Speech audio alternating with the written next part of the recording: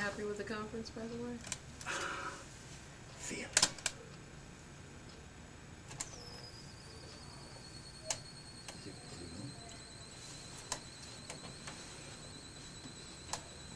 No, because you got the record, okay. Record and play. It's not moving though. It's not. No. Just recording. It's not going around. No, it wasn't going.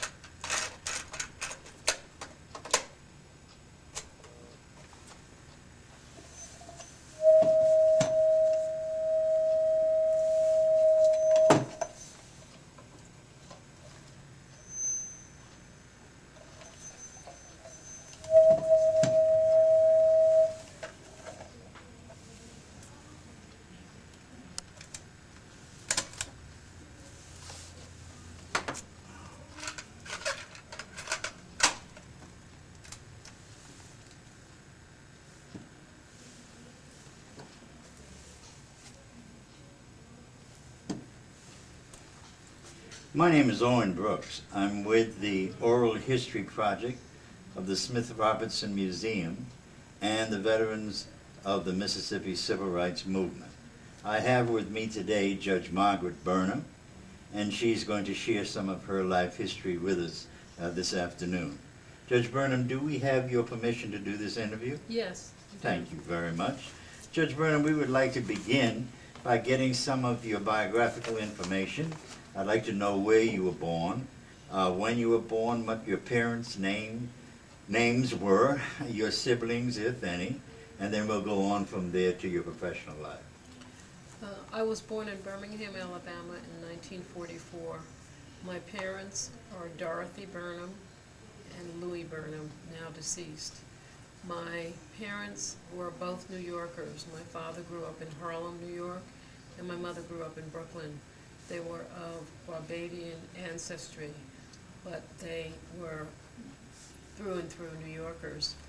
In the 1940s, the two of them left New York to move to Birmingham, Alabama, in order to help organize the Southern Negro Youth Congress.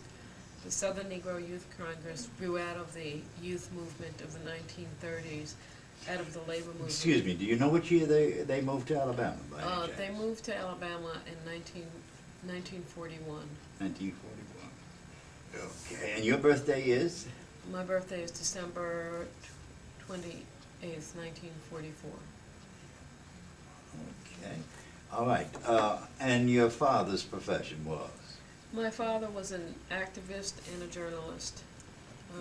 By activist, I mean he earned his living as a civil rights organizer, first for the student movement in New York, and then for the Southern Negro Youth Congress in all over the country, but headquartered during the early 40s in Birmingham. And now, what about your mom? My mother She was from Brooklyn. Was from Brooklyn. She maintained the home and raised 4 children. She professionally was trained as a microbiologist. She had attended Brooklyn College, graduated, and when she was employed, that was the nature of her employment. And you say he moved to Birmingham in 1941 and to organize a Southern Negro Students... Southern Negro Youth Congress. Negro Youth Congress, all right. Now, you also said that you have 3 siblings, is that correct? Yes, my sister was born in 1942 in Birmingham, and I have another sister who was born in 1947 in, I think in New York, and a brother who was born in 1950 in New York. 1950? 1950 in New York. Are they all still living? Yes, they are. Okay, now do you remember your early schooling? Give us a little about that. Um, Elementary school where? I went to elementary school in Brooklyn, New York. I attended two schools in Brooklyn, PS 11 and then PS 20 in Brooklyn, New York. And you went through grades 6?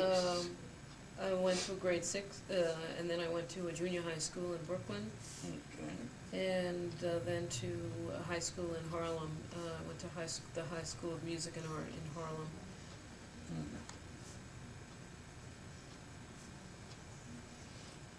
All right. What year did you graduate high school? I graduated from Music and Art in 1961. And what are your early remembrances about your dad's activism? My dad, as I said, was a journalist. He worked for a newspaper called Freedom, which was published out of Harlem. The publisher of the newspaper, or rather the central personality in the newspaper, was Paul Robeson, who had a column in the paper whenever it appeared. And my father was the editor and managing editor of the newspaper, and solicited the articles. He worked with a number of very prominent African American journalists at that time. Want me to turn this on?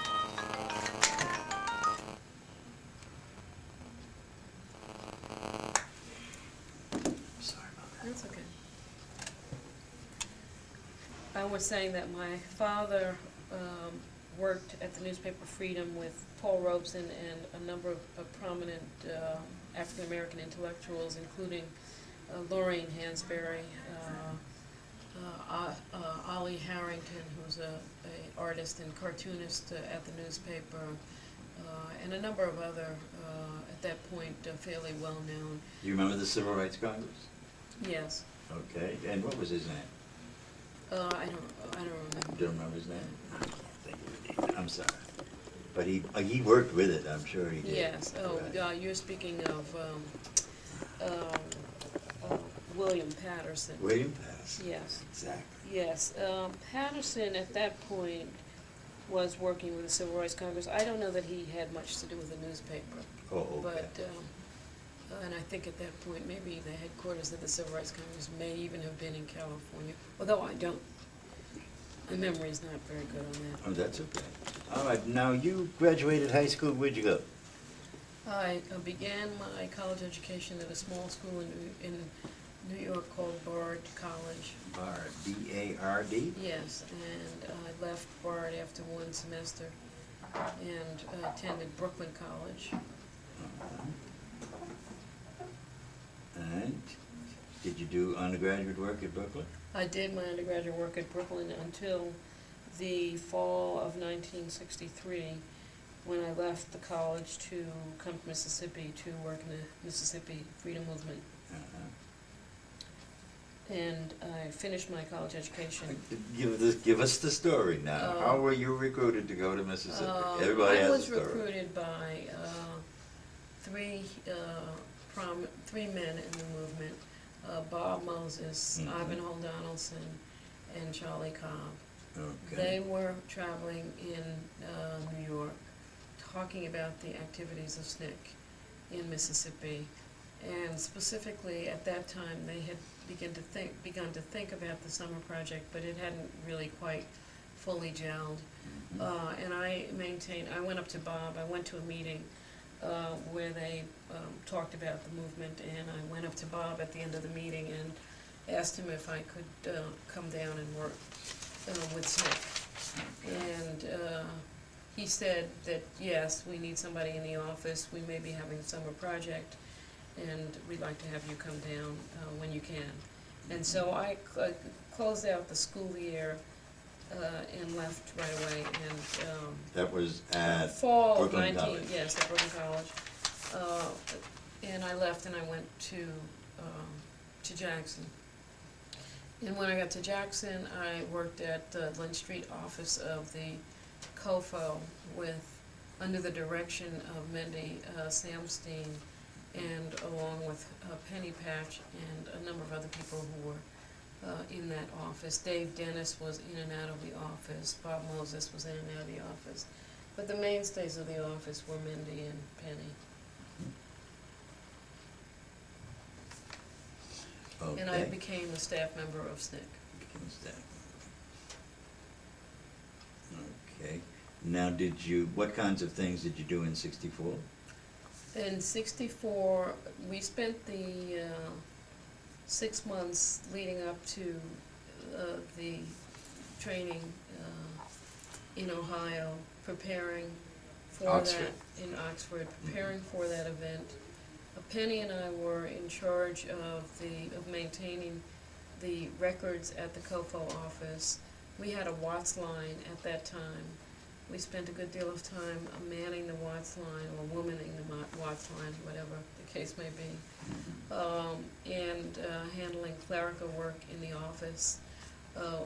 I was, along with Penny, in charge of receiving or sending out and soliciting applications from students who would participate in Mississippi Freedom Summer, and in reviewing those applications and in corresponding with the applicants, and ultimately in deciding, in preparing the files so that decisions. Now, were you working full-time, or were you also going to school? Yes, I was full-time. No, I had I'd left school altogether. Okay. I was a full-time activist. How did you get to Tougaloo? Oh, I didn't get to Tougaloo until much later. Oh, all right. Yeah. But don't let me interrupt you, I'm Yeah. sorry. Yeah. Go ahead. So I full-time worked for SNCC from, as I say, late fall of '63 through the Mississippi Freedom Summer. And then in September of '64, I continued my work with SNCC in Jackson, but also began to attend classes at Tougaloo. And so I was a student started my schooling, resumed my schooling in the fall of 1964, and graduated in 1965.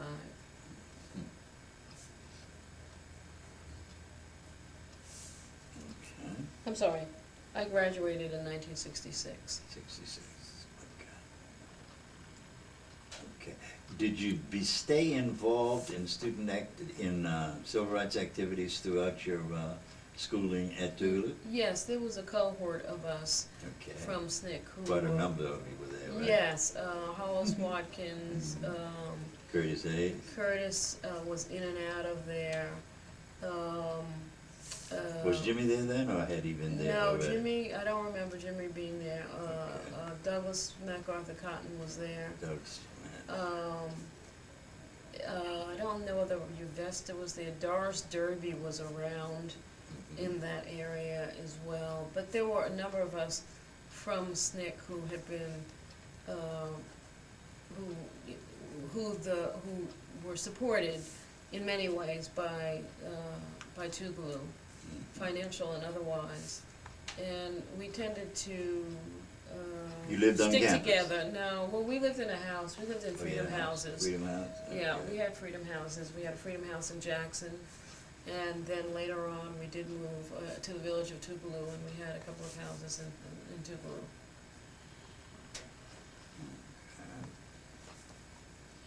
All right, any remembrances? You remember the march, the Meredith March in '66?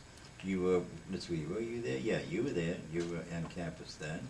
I do remember that march. I did not attend the march, but I do Okay. remember the march. I remember the activity in Jackson. In There was Jackson and at Tougaloo. Yes, and at Tougaloo. There was quite a bit of, of a Jackson movement going on at that time. I got arrested a couple of times in Oh, you did? Jackson for participating in demonstrations. I worked with the MFDP That would have been in 63, 64. Leading up to the convention. The convention, what I can't remember. Atlantic City? Yeah, the Atlantic In City, 64? 64. Did you go? No, I didn't go, but I Okay. I worked with an FDP leading up to that convention. By then I was in school, Right. so they went to Atlantic City in the late summer of 64. Is what I think August, I remember, right. August of 64. So I worked in Jackson, and most of my work was, as I say, out of the Jackson office. Although I got into the field, but did not to stay for any length of time. But I did travel around the state, working specifically with the Freedom Schools. Just looking at what the Freedom Schools in the various rural areas were doing. Did your work take you outside of Jackson to any degree?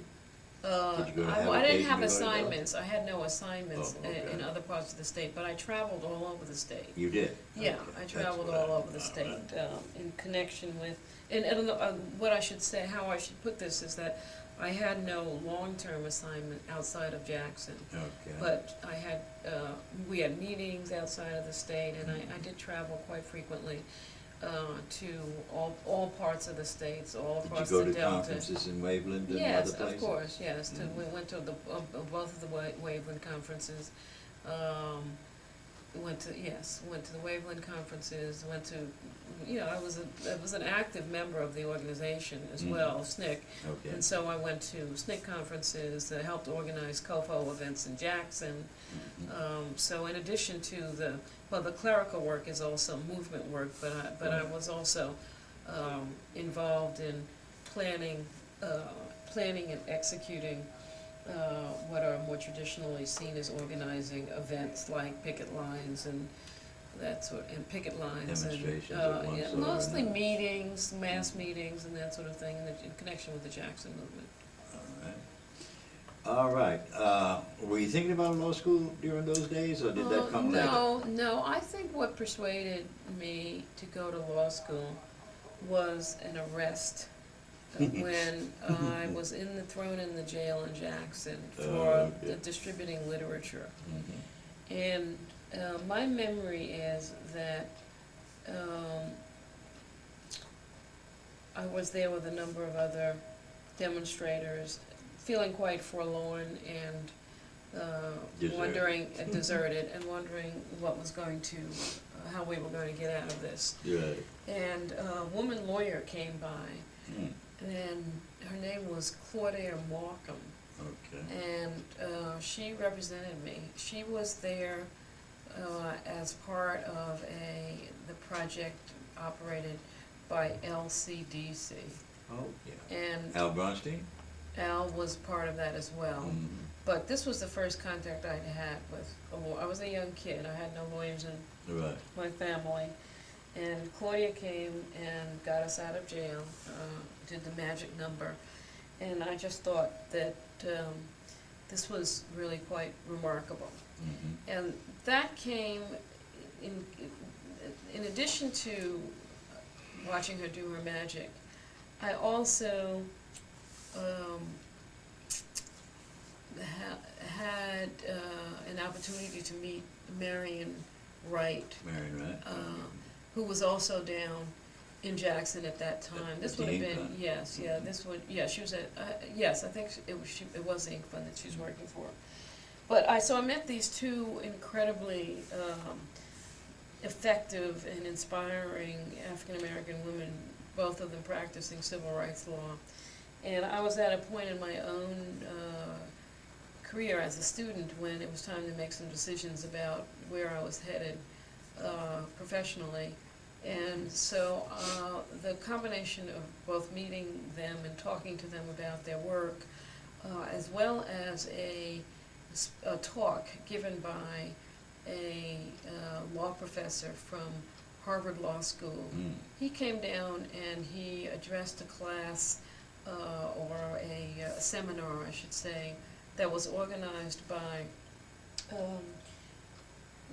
the Social Science Institute at Tougaloo College that was run, the Social Science Institute was run by a fellow by the name of, whose last name was Borinsky.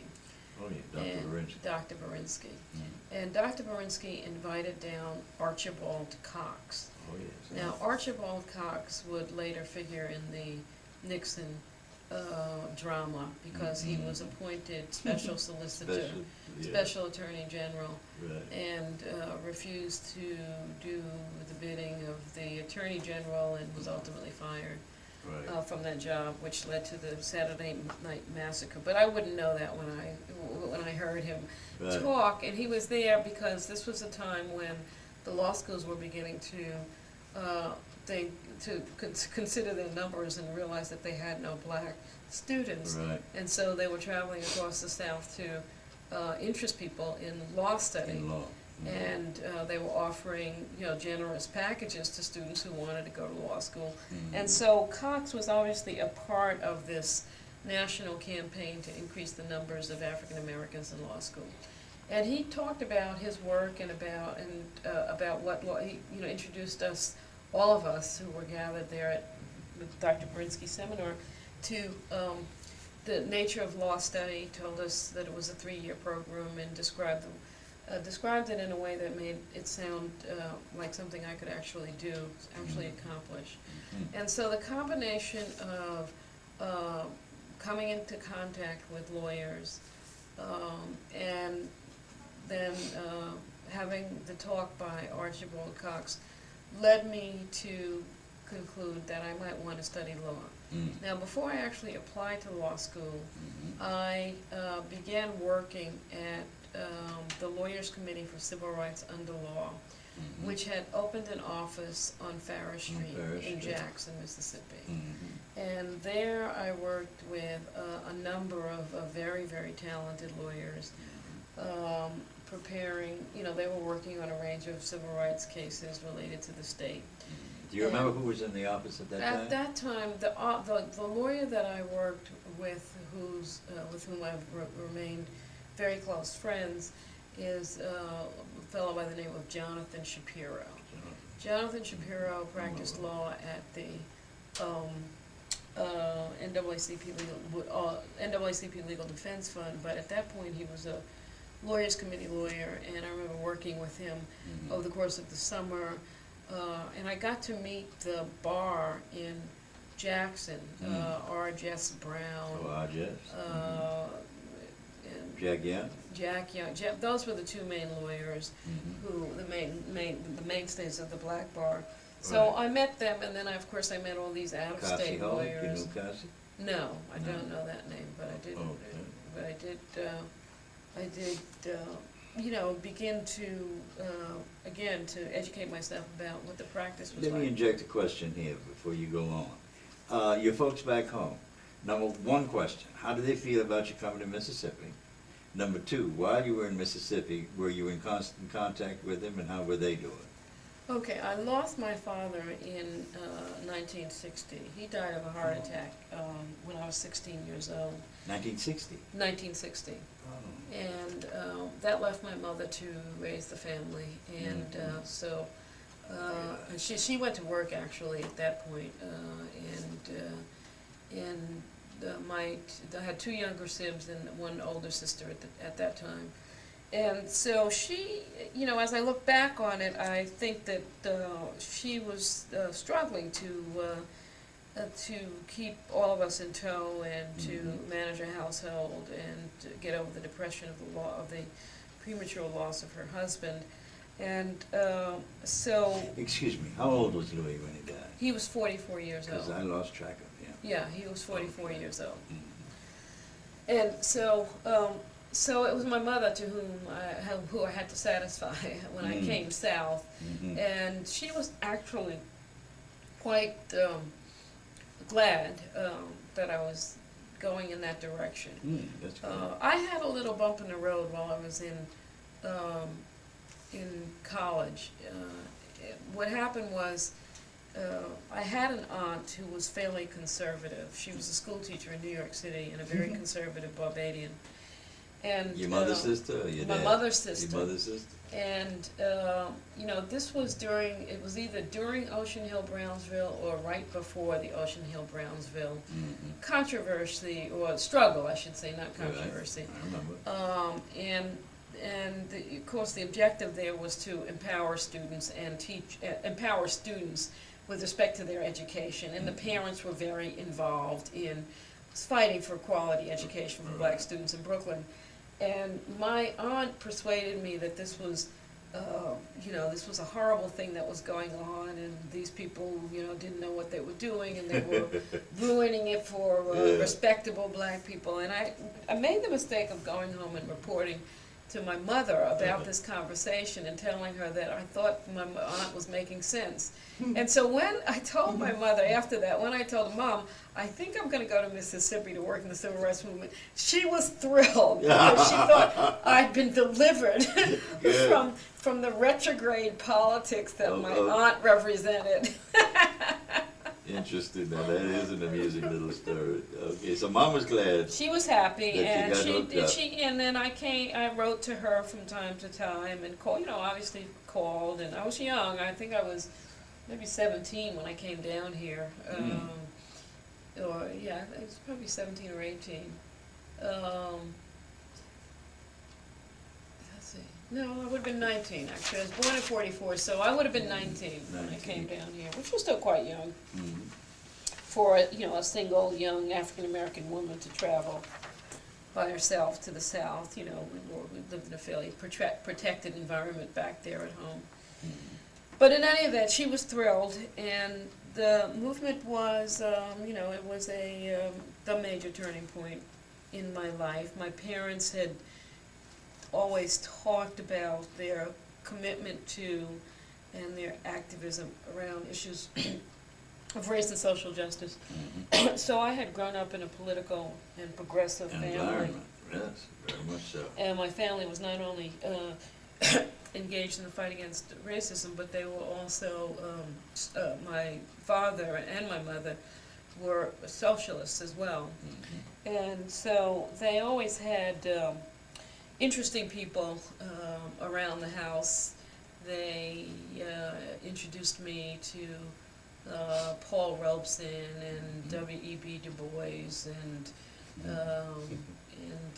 as I said, of course, William Patterson, and many, many other, you know, key figures in the progressive movement, Alpheus Hunt, and these were all friends of my parents. Right. And so, so I knew something about social activism, and I was really very happy to have an opportunity to get personally involved in what at that point was the major struggle and the major arena of struggle in our country here in Mississippi. Can I ask you a question dealing with your father? How did he weather the storm through the McCarthy era? Well, eventually he had to close down the magazine, Freedom magazine. He was never a target himself. Oh, okay. A target of, you know, either subpoena or anything like that. But they did freeze out the magazine, the newspaper, Freedom, and he had to close. He was not able to sustain that. Okay. And he left and then took a job in the 50s, working for the National Guardian newspaper. Oh, now he worked for the Guardian? Yes, he was a reporter for the Guardian in, you know, late 1950s. Okay. He reported on African American affairs. They probably called it Negro affairs back then. You're right, I remember. All right, I didn't mean to make you digress that way, but I was interested in knowing what had happened. Okay, you're so Tougaloo, you graduated in? I graduated in 66? 1966, and I went straight to law school from that point. Okay, and you went to? University of Pennsylvania Law School. I did get married in 1965. Okay. Law school. Okay, you got married in 65. Yes, I married MacArthur Cotton. And we had a child. We have a child, I should say. 1965. Okay. Whose Boy or girl? A boy whose name is Hollis Cotton. All right. Named after our dear friend.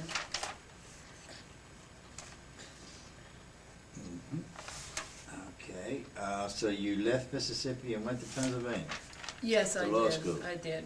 All right. Anything, anything exciting happened to you in your law school experience? Nothing. No, oh, shame on you. The world didn't stop Nothing. now. Well, the world stopped for me because, of course, that was the point. That was the time in which the movement was in transition. People were leaving Mississippi. The Mississippi movement was really, if not disintegrating, transforming in many ways. Yeah. And that left both me and my husband, who was a native Mississippian and you know, a fellow activist in the movement, kind of at a loss, without an anchor in the movement itself. MacArthur joined the Muslims in Philadelphia, and He joined the nation. he joined the nation in Philadelphia, and but he was not happy at all up north, and I think we spent about a year together, and he decided that he really needed to get back to his home, and he did. He returned home, so our marriage lasted about a year, and he went back to Mississippi. I stayed and finished my law school education, and then after law school, I went to work for the NAACP Legal Defense Fund, and I joined the NAACP Legal Defense Fund in 1969. 69? Yes. Okay. Joined the Ink Fund. And what kinds of things did you do with the Ink Fund? I did school desegregation cases, Okay. very run-of-the-mill school desegregation cases. All up north? No, all in the South. All in the South? Yes. Oh, okay. I worked on cases in Tennessee with lawyers who were affiliated with LDF in Tennessee, and elsewhere in the country. Did school cases. There actually were one or two school cases in the North, but they weren't about deseg. They were student rights cases. This was a time when students were still involved in, in protest of one sort or another. This was 1969, 1970. And so I represented students in their right to protest. And those early years at the fund, I was basically learning my trade, learning how to practice law, learning, the nuts and bolts of civil rights law. When did you go into private practice? Oh, I didn't go into private practice. You never did? Yes, I did, but You it did? wasn't until quite some time later. Oh, okay. I have a daughter that, Yeah, a lawyer. right, yeah. I was wondering, Yeah. where Yeah. it carried So you. I did that in '69 until 1971. In 1971, Angela Davis was arrested and charged with murder. Oh, yeah. She was arrested in New York and charged with murder and a series of other crimes in California in connection with the Marin County courthouse courthouse shootout, which had occurred the previous year in August of 1970. And you Let's see if I got my dates right. I think actually the shootout must have been in 1971, August of 71. Angela was arrested in October of 71. I was on the staff of the Legal Defense Fund. I knew Angela Davis quite well because we'd grown up together. Our families were neighbors in Birmingham, Alabama. Oh.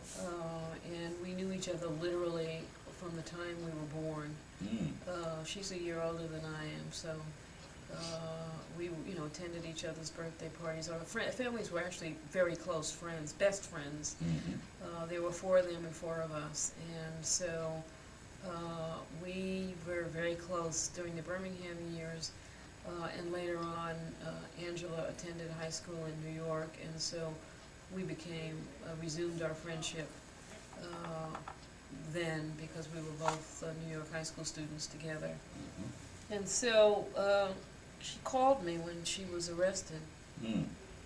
Or let me try to be accurate here.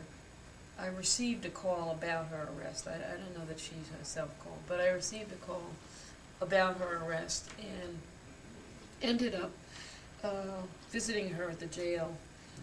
That would have been the Women's House of Detention, which at that time was on Bleecker Street in New York City. And she asked me to represent her. And the first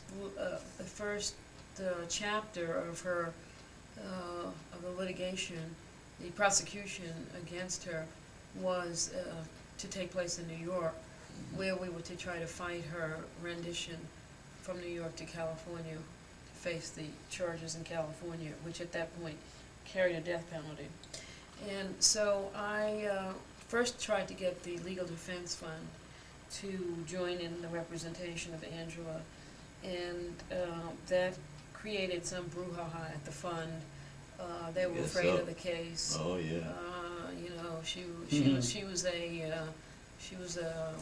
what do they call it? She was a communist, but not only a communist, but an out communist. They had some other word. It'll come to me. In any event, they wanted no parts of Angela Davis. Right. Except, well, they wanted no parts of Angela Davis, or so they. What happened was, I got into a disagreement with Jack Greenberg over, who was at that time the director counsel of Legal Defense Fund, over my participation in the Davis case. Well, I guess so. And it was clear that I could not do both at the same time, could not maintain my relationship with the fund and also work for Davis. And so, with the support of the staff. Let me ask you one question. How long had you worked with Greenberg? Oh, I started there in 1969, right after I graduated. In 69? Yeah, so just 2 years. 71? Yeah, just 2 years. Okay. So with the support of the staff, of the LDF staff, that is to say the financial support, because they helped to pay my salary, they were so opposed to the decision that Greenberg had made to separate me from the fund. So I went out to Cal. We were unsuccessful in fighting the rendition, and I went out to California and remained there until Angela was acquitted. Does the rendition mean extradition? Extradition, yes, I'm sorry, extradition. Yes. When she was in fact extradited and stood trial in California, ultimately in Santa Clara County in 1973. I'm sorry, 1970. I'm getting my dates wrong here. I think it was 73. Well, no, maybe it was 72. I think it was. 72. Well, if it was 72, then she was arrested in 1970. Yeah. Okay. Yeah. It's all right, I can straighten that out. So, yeah, it was June, I think it was June of 72 that she was finally acquitted. Because I know it was a 2-year, it was at least a 2-year process before we finally won that case. Yes. There were, came in stages. She was held without bail for a long period of time. And then California changed its law to make the death penalty, to abolish the death penalty just for a short period of time. Rather, the death penalty got declared unconstitutional in California by the California High Court.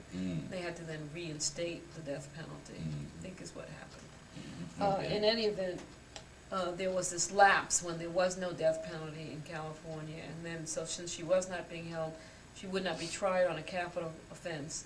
She became bail eligible, and we got her out on bail. Okay, and you were out there in California all that I time? stayed from California from the time Angela left the Bleecker Street Women's House of Detention until the time she was acquitted. I stayed in California. I moved there with my son. Santa Clara County? No, we moved we were all Northern California, but we were first in Marin County, and then in Santa Clara County. Okay. All right. So when Angela was acquitted, I then moved back to back east, and I married again. Where'd you come to? Hmm? Where'd you come to? Boston. Well, that's when you came to Boston? Yes. Okay. So that would have been 72. All right. And I began a criminal practice as a public defender. And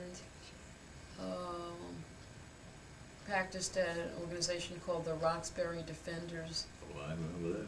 Committee. You know, I'm from Boston. Yes. Really? Yes, I practiced at the Roxbury Defenders Committee in the criminal courts in Boston, representing black young people. Mm-hmm. And I then opened up a civil rights practice Oh, okay. with two friends, and from there I went to the bench. Where was your Practice. civil rights practice? It was in downtown located? Boston, actually, Yeah? on Boylston Street. On Boylston Street? Yes, Park Square. Okay. Actually, we were in Park Square. Back to Park Yeah. Square, Mhm. okay. And how long did you do criminal work? I did, well, we were both, at that point, when we opened up the practice, we were doing both criminal and civil litigation. Oh, okay. I did prison work, civil rights litigation. It was a civil rights, we were mainly a civil rights practice. And so that was 72? 72 to 77. Okay. Oh, no, not 72. Well, probably 74 to 77, because I was at the Roxbury Defenders for about 2 years. Mm-hmm. And then I went on the bench in 1977. How'd that happen? Okay, this is how that happened. I was frustrated with the rank racism in the criminal courts in the Boston area. Mm-hmm. Not only in Boston, because we traveled, as private practitioners, we traveled hill and dale all over Massachusetts representing our clients. Mm. And I had a particularly nasty experience with a judge in one of the rural counties in Massachusetts, Mm-hmm. in which he essentially, he rendered Jim Crow Southern racist justice to my client, Mm-hmm. and who was an African American man, and I got so angry Mm-hmm. that I decided we needed to have some black judges on the bench. We had very few at that time. And so this came at a time when, of course, the then governor, his name was Dukakis, he ultimately would run for president, Yeah. was interested in, integrating the bench. And Mhm. I never would have thought of putting my name in, Mm. except someone approached me at exactly the moment that I was feeling that this has to change. Mhm. And so that's when I went on the bench. In 1977, I became a judge. You were appointed? I was appointed by Governor By Dukakis. Dukakis? Mhm. It's a lifetime position, but I only remained there for about 6 years. Mhm. I served on both the Boston Municipal Court and on our Superior Court, where I was assigned from the Boston Municipal Court to the Superior Court. Were you the only black I judge? was the first black woman judge in our state. Mhm. There were a few other men. There were male judges? Yeah. Mhm. If I call their names, you would remember them. What's your back? Fred, weren't that Fred many. Brown was one of them. I Okay. don't know if you know Fred Brown. Yeah. Anyway, I'll Well, that's I'll all try you right. later Don't on bother. that. Yeah. It's not that important. Yeah. Many of them have moved on. And so I did that for about 6 years, and 6 years on the bench? you gotta turn it, you gotta switch it. Just a minute, go. No, it's not over yet. And then I again decided it was time for a change, that I felt like there was a way in which I felt like I was performing an incredibly important public service, but it also felt like a cog in the wheel oftentimes, and it wasn't a pretty wheel, it was a nasty wheel, because it was a wheel that was grinding black men and women into into oblivion, essentially. And I didn't want to be a part of that. And so the sentences were getting heavier. This was in the 1970s. They were beginning to introduce these mandatory sentences, and it was also in the era of crack. And so more and more people, more and more black young folk were ending up in the criminal courts. And it was just a horrible scene. And I felt like I could be a voice for, a progressive approach to criminal justice issues, but that my ability to speak out was in some ways limited. I was constrained by being on the bench in some ways. And so I left and went to direct a organization called the National Conference of Black Lawyers, which we operated out of NCBL. NCBL, I remember. operated out of Harlem New York. on 116th Street. So you moved to New York. I moved to New York and worked at NCBL for a number of years, 3 or 4 years, and try to provide some leadership to what was really it was an international organization. We had chapters all over the Caribbean and in England and Canada, and the idea was again to provide a forum and a resource for black lawyers who were trying to pursue progressive ideals and in their practices, and that was for me that was a very, very rich period of my career. It was I felt it was a privilege to work with some of the most Did you live in Harlem? I lived back at home in Brooklyn. Oh, back home in Actually, Brooklyn. yeah. Oh, okay. Brooklyn. Was your mom still there? Yeah. Oh. My family's still in Brooklyn. They're They still in Brooklyn? in the house we grew up in. Oh, okay. Yeah. In the house Well, you they all grew moved up down in? the street. They moved down the They street, moved down. but same. It's just they moved 4 blocks away, but they didn't move very far. I'm sorry, 4 houses away. They didn't move very far. In Brooklyn. Okay. So Let me see. Where are you? I'm probably in the 1980s by now. Okay. You Ultimately- spent 6 years on the bench. Yeah, I left the bench in I think Where you at? it would have been 82 or 83. 82, 82. Yeah, and then I worked for. Yeah, because you were a judge when I came on my sabbatical in 80, 81. You were a judge then Okay. in Boston. I came To Boston. to MIT on Oh, sabbatical. okay. Okay. From Jackson State. No, Oh wait. no, I took a year for Oh, you were independent with study. Delta Ministries. Yeah. Oh, okay. Uh-huh. Oh, to work with Mel King's group, was that it? That's Okay. right. Mhm. Yes, I did that.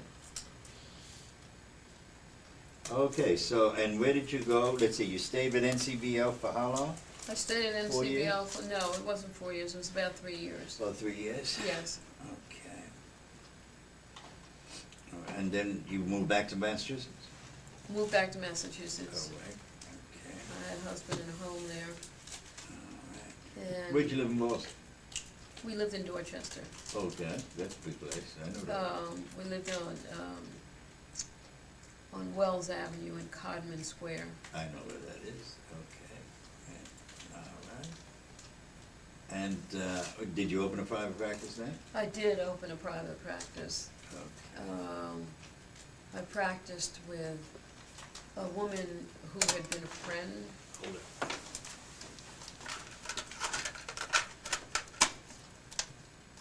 I got here just in time. Oh, yeah, I monitored the time.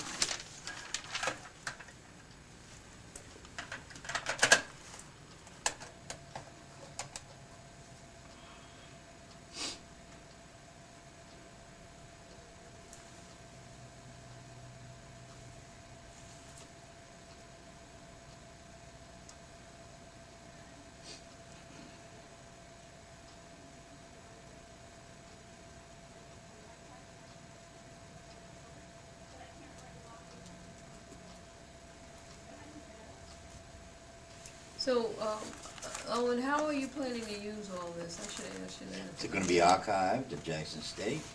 They will do the archiving of the veterans' histories that I have collected, right? They've got to be transcribed. We have. Ask me later. Let me ask you now before I finish. So, because I don't think I want my stuff, online. I went into 1980. private practice in 82 or 85? actually, when I first came back to Boston, I had 2 children. Mm-hmm. And my children were born in 1983 and 1985, and so I spent a few years raising my children. Okay. And also pursuing my academic studies. I went to Radcliffe College and spent a year there At Radcliffe? at Radcliffe, Mhm. brushing up on my skills, essentially. Okay. So, and so I went, it was called the Radcliffe Institute, Bunting Institute for Women. And I attended a year Mhm. as a fellow there, Okay. and attended a second year as a fellow at the W.E.B. Du Bois Institute at Harvard. And was also, as I say, at that time, my children were young, and I was at home with the children. And in 1988, I believe, I opened up a practice with Geraldine Hines. Oh, yeah, she's at Northeastern. Is she still there? She is a She was. judge. Oh, she's a judge. Yes, she's a judge in She was at Massachusetts. Northeastern. She was at Northeastern. Yeah. Yes. Uh-huh. But she's a judge at Northeastern, in Massachusetts now, Superior Court judge. Superior Court judge. In any event, we were 2 black women, Mhm. 3 black women, I'm sorry, there were 3 black women. It was the first firm of African-American women in New England. Mhm. And ours was, again, a civil rights and criminal defense practice. Mhm. And we did that through the... Who was the third? The third person was a woman by the name of Judith Dilday. Dilday? Yes, Was that- Clarence's brother, Clarence's- sister, Clarence's sister-in-law and Sister-in-law. the fellow down here with the media. Yeah, it used to be with the media. Yes. Yeah, he's His- retired. Yes, his sister-in-law. Okay, all right. Geraldine, what was her name? Geraldine Hines Hines. and Judith Judith. Dilday. Judith Dilday. So the firm was Burnham, Hines, and Dilday. Oh, Burnham, okay. Dilday. Okay, and And so that was the nature of our practice, and it was the civil rights, as I say, we were located downtown, but we were, our clients we were serving the African-American community. mhm. It was, both a general practice, which is to say, we would handle real estate transactions and trusts and estate matters and divorce matters. Wills and all of that? Wills and all of that. Mhm. Judith handled most of that business. Jerry and I did the civil rights business and Okay. the criminal business. Geraldine Hines was here. Wasn't She was at at Tougaloo. I was about to say that. Yeah, was at She had been a Tougaloo. friend of mine at Tougaloo. Mhm. And we had been friends in the practice Mhm. of law in Massachusetts from the very inception of our Okay. time there. We both arrived in Boston At about around the the same same time? time in Okay. 1971. 1971. Or 1972, whenever it was that we got to Jackson. No, Mhm. that'd be after that. But whenever it was, I got back to Jackson I got back to Boston after California. Jerry was there, Mm. and so we were working together. We worked together at the Roxbury Defenders Committee, and ultimately became, And you say she's a Very- judge now? yes, close friends and co-practitioners. Mhm. And she and I both graduated from Tougaloo College. Yes, yes, okay. I understood she was here at one point in time. All right. She's a Mississippi native. Yeah. She's from here. Greenville. I lived like 25 years in Greenville. Right, yeah, Mhm. comes from a big family in Greenville. Right. Yeah, I recall now. All right, here we go. So you stayed you all had that firm how long? We had that firm until Judith left to go on the bench, and then Jerry left to go on the bench, and that left me as a solo practitioner. Oh. I didn't want to practice law as a solo, so, and also I was at that point very interested in pursuing some academic work and doing some writing and some teaching. I felt it was time for me to begin thinking about how best to pass on what I had accumulated in my career to younger people, and so I left and went to teach law at Northeastern. And then that's where, how you get to know. And that's where I am now, and I've been there since 2001. Oh, okay. You know, I went to Northeastern. Did I you tell go that? there? No, I Oh, didn't way know back, that. I when heard it you was say a something. very much smaller school, Okay. believe me. Oh, Well, it's a yeah. huge school now. They're Oh, really, they own they're half of the pushing, back yeah, then. That's yeah, true. yeah, And still gobbling up yeah. land and They're pushing trying people to, out. Yeah. they're on Columbus Ave. Mm, They're yeah. trying to. When it was down the street from the YMCA, that's where I Yeah. went to school. Yeah, It was just a small building back then. just a huh? small building back there. Co-op. Yeah. Co-op. It had a Yeah. co-op program that I participated in. Okay, that's all right. Anything else? Your civil rights activities, right? Well, right now I am, as you know, running a project at Northeastern called the Civil please Rights. tell us about that. Civil Rights. It's called the Project on Civil Rights and Restorative Justice. Mhm. And the chairs of the Board of Advisors for this project are both Geraldine Hines and Hollis Watkins. Mhm. And what we do is we try to provide resources for individuals and organizations that seek to redress civil rights era crimes and violence against the participants in the civil rights movement of the 1950s and 1960s. And so it's both, we have a research function as well as a policy and activist function, Mhm. which is to, get people engaged in the events that are now transpiring, that are revisiting this period, both through the prosecutions, the prosecutions of the Klansmen who were still alive, as well as the several other kinds of remedies that have been deployed by states to address this ugly period of our history. Mhm. So that's the project, and That's good. Is there anything that we can do to help that project? The the organization that? yes, the veterans, you guys are associated with us, affiliated with us. Mhm. To Hollis, at least. No, officially. Officially? Yes, Oh, okay. through, when I was down here before, I talked to Jimmy and to Hollis, and Oh, I right. talked to you, but you don't remember, maybe you don't remember. What, when you came to my office? Yeah. Of course, that's Yeah, when I okay, asked you to yeah, come back yeah. here. So, there are the affiliates of my project are, Okay. Hollis and, I'm sorry, Veterans. the veterans in California, the Bay Area veterans, Oh, the Mississippi okay. veterans, Mhm. and then Hollis, and Hollis is Southern Echo. Southern. And I forgot guess I about should talk to, I need to talk to Martha Prescott, because I think she has a group in Chicago. I'm Well, not sure. Yeah, I think Okay. there's a group in Chicago. Mhm. So, yeah, and the point is that, as I said before, we have not been sufficiently engaged in, all of us, in, Mhm. trying to shape these events and make them do for us what they need to do. What they need to do. Yes, so that's in part, Right. Okay. why I'm now focusing on this. I Mhm. feel like I've come, Full circle. done a 360 in some ways. Like for so many of us, Mississippi has really been, has taught me so much. Oh, I yeah. learned so much from the Mississippi experience. Mhm. About the country, about African American life, about life in the South, and about the power of organizing, the power of ordinary people organizing. Mhm. And so in part, I see that's what's taken me back to that aspect of the work.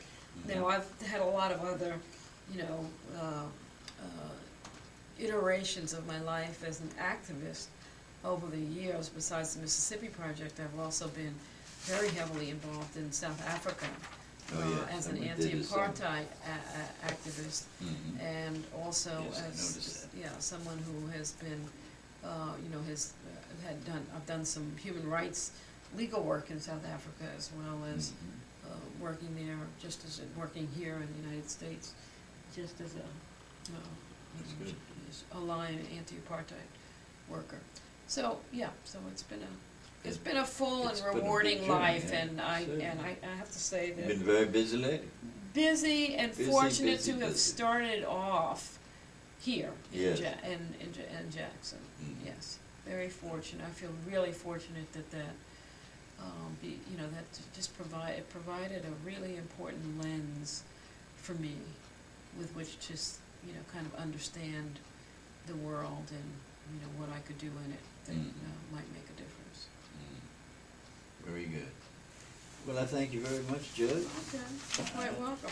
I hope I didn't take up too much of No, your not time, at but all.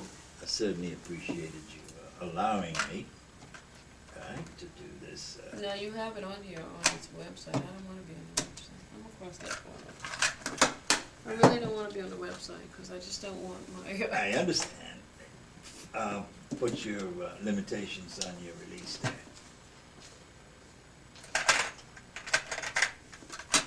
Did you get what you want? You get something you think you can use there? What, in the interview? Yeah, Most certainly. you must have, I'm sure you have a rich, I have done 100, you're about the 130th interview that I have conducted of people that were involved in the movement. I have learned a lot in the process, and it also has made me understand how much influence the Mississippi movement had on people's lives. on people's lives all around this country. Because Yeah. I have traveled all around this country Yeah, interviewing yeah. Mississippi, ex-Mississippi activists. Mm-hmm. Yep.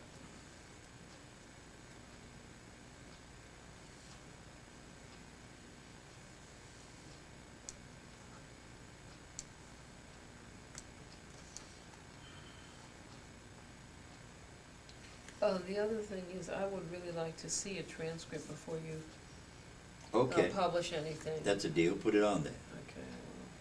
so that I will be reminded.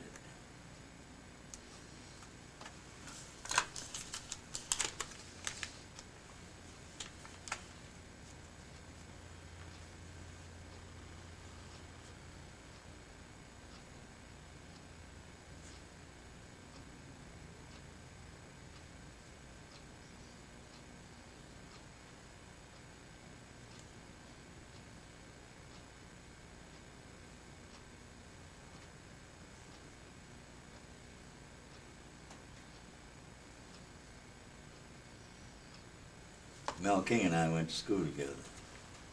In South Carolina? No, Where? Oh, you mean in high school in Oh my Boston. gosh. Yes, many, many, many moons ago. I was a year ahead of him in high school. So we go way back. Yeah.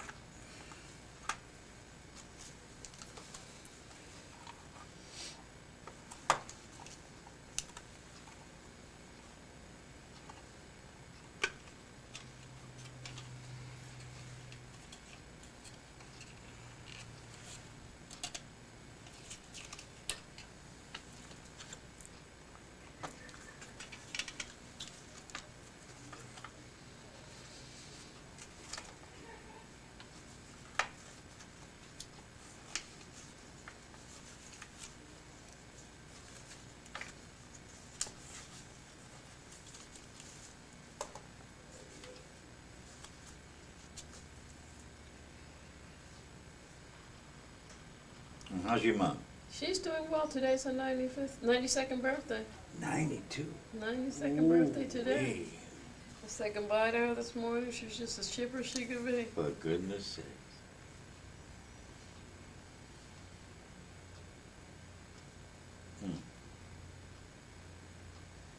So you said you had some reservations about the meeting? About this No, conference? the conference, yeah. Well, I guess I'm hard to please sometimes, because I put a lot into it. Yeah, I know you did. And I don't know how much more I can take, to tell you the honest truth. What's the problem? Well, I'm getting old, I'm almost Mhm. 80. You didn't know that? No, you look No, well, I fabulous. knew your dad, that Yeah. should have given you a clue. Yeah. Yes, Yeah. I'm kind of running out of steam, So they're driving you nuts here, or what? Oh, they're giving me a tough time. They're giving me a tough time. But if you have a memory, you can remember how these snake folks performed back in the day. I do remember. They were very hard to deal with, and some of them still think they're back in the day. Times move on, Hmm? Times move on. Exactly. Times move on. You can't be stuck in that.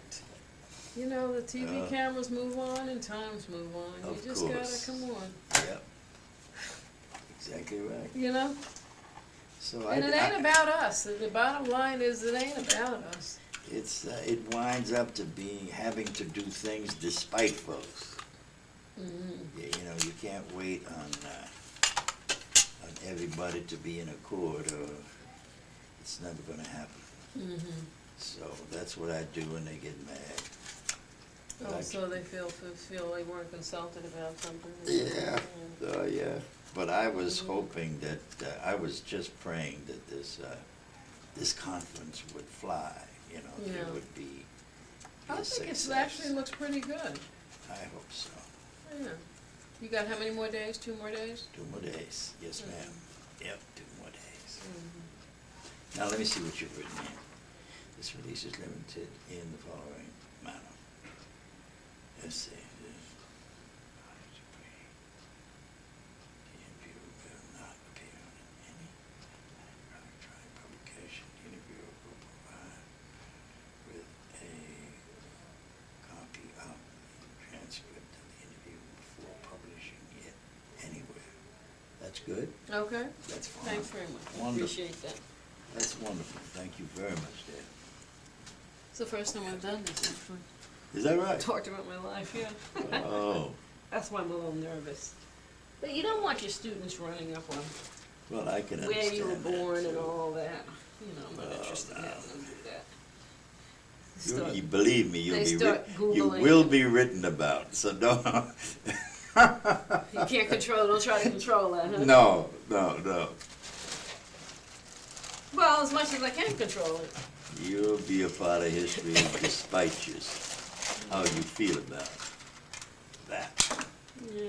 And that's all right. You've made significant contribution. Your experiences have been noteworthy and all of that. So we have a party. A reception? Yeah, what time does that start? I don't know. Here.